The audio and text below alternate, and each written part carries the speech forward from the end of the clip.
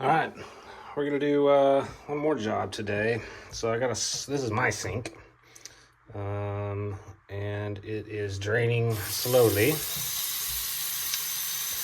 So generally what happens is hair, toothpaste, shaving cream, it gets hung up really on this, and you just have to pull that out, and it's usually kind of a gross job, but it's cheaper than calling a plumber, and it's not that hard to do. Okay, well, this is actually going to be a heck of a lot easier than what I even thought, because I think my stopper is broken. So all the gunk is really just right there, and yeah, I mean, it's gross, but again, better than calling a plumber. So really all you gotta do is get rid of that, and yeah, I mean, you can see that this is broken. That should be a full loop.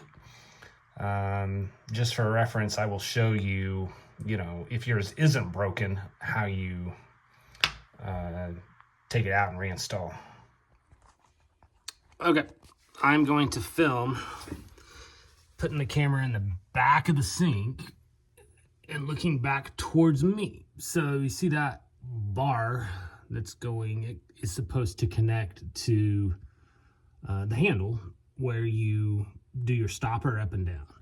So this bolt right there, or nut, I guess, you just put some pliers on it. Sometimes they're just finger tight. They really shouldn't be that tight.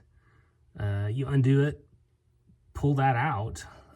You don't need to turn your water off. You don't want to have the water running while that is undone, but you just pull that out, and you can pull your stopper up out of the sink, and then put the stopper back in, and you kind of then put the rod back through it and screw it back on.